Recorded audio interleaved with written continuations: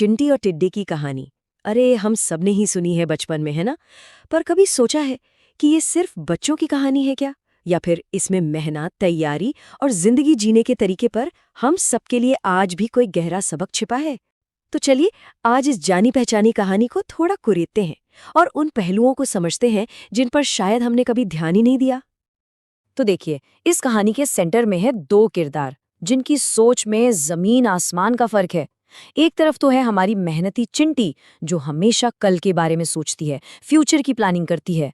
और दूसरी तरफ भाई वो है मस्त मौला टिड्डा। उसका तो सीधा फंडा है, जो है आज है, बस आज में जियो। और बस इन्हीं दो अलग अलग फिलॉसफी की जो टक्कर होती है ना, वही इस पूरी कहानी की जान है। तो कहानी का पहला हिस्सा है एक मेहनती, दूसरा मस्त। और कहानी शुरू होती है गर्मियों के एक चमकते दिन से, जहां हमारे इन दोनों दोस्तों की आदतें बिल्कुल साफ साफ दिख जाती हैं।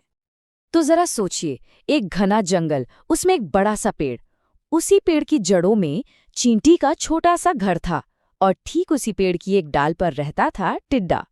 अब देखिए, जंगल एक, पेड़ भी एक, लेकिन दोनों की दुनियाएं वो एकदम अलग थीं। एक दुनिया थी दिन रात की मेहनत वाली और दूसरी सिर्फ और सिर्फ मौज मस्ती वाली। अब आता है कहानी का दूसरा हिस्सा, गर्मी की धूप और अलग अलग धुन। यहीं से कहानी उस मोड़ पर आती है जहां गर्मियों की चिलचिलाती धूप में दोनों का असली स्वभाव सामने आता है। तो गर्मियों के वो लंबे दिन दोनों के लिए बिल्कुल अलग अलग थे। एक तरफ थी चिंटी, जो भई पसीना बहा रही थी, एक एक दाना बड़ी मेहनत से जोड़ रही थी। क्यों? ताकि सर्दियां आराम से कटे। और दूसरी तरफ अपना टिड्डा, उसके लिए तो हर दिन जैसे कोई पार्टी हो, बस गाना, नाचना और धूप का मजा लेना। अरे कल की फिक्र वो तो उसे छू कर भी नहीं गई थी। जिंदगी का मजा लो, आज का दिन कितना शानदार है। बस टिड्डे की पूरी फिलॉसफी, उसकी पूरी लाइफ की सोच इसी एक लाइन में समाई थी। वो आज में जियो वाली बात पर पूरी तरह यकीन करता था। कल की चिंता, अरे ये शब्द तो उसकी डिक्शनरी में था ही नहीं। लेकिन जानते हैं, चींटी से अपने दोस्त की ये बेफिक्री देखी नहीं जा रही थी। एक अच्छी दोस्त होने के नाते उसने सोचा कि चलो टिड्डे को आने वाले खतरे के बारे में थोड़ा बता दूं, थोड़ा आगाह कर दूं। और देखिए, चिंटी की सलाह में कोई गुस्सा या डांट नहीं थी, बस एक दोस्त की सच्ची फिक्र थी।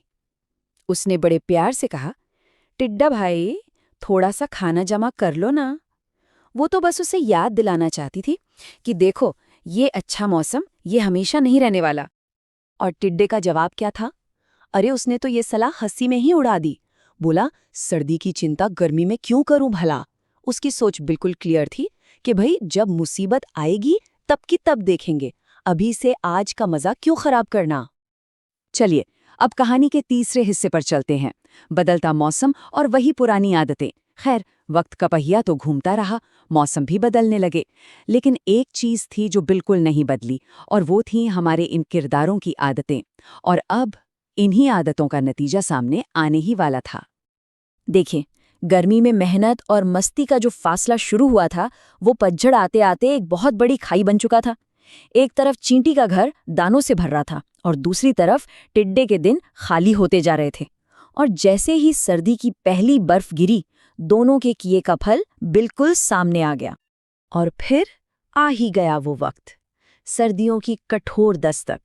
वो वक्त जिसका चिंटी को तो अंदाजा था, पर टिड्डे ने जिसे पूरी तरह नजरअंदाज कर दिया था।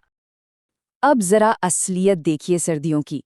एक तरफ चींटी का गर्म घर, जहां खाने की कोई कमी नहीं थी, सब आराम से थे।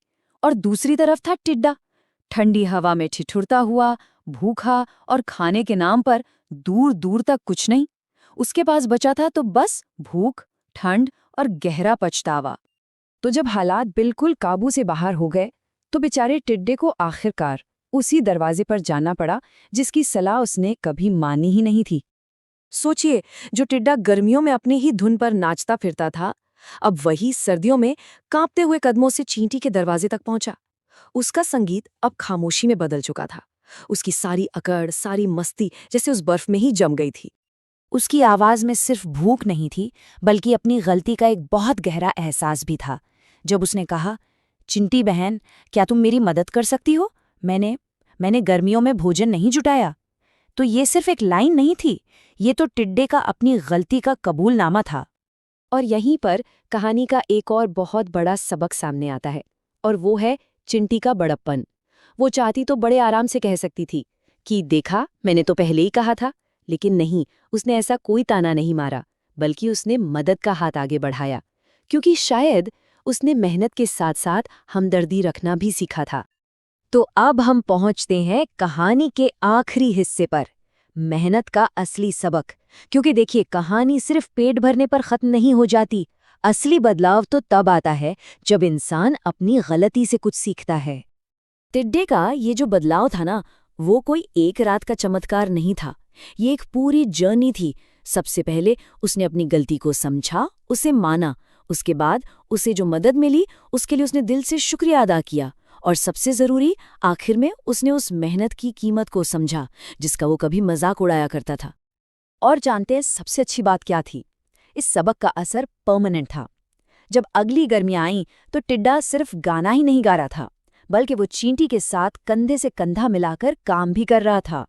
अब जाकर वो आज और आने वाले कल के बीच बैलेंस बनाना सीख चुका था।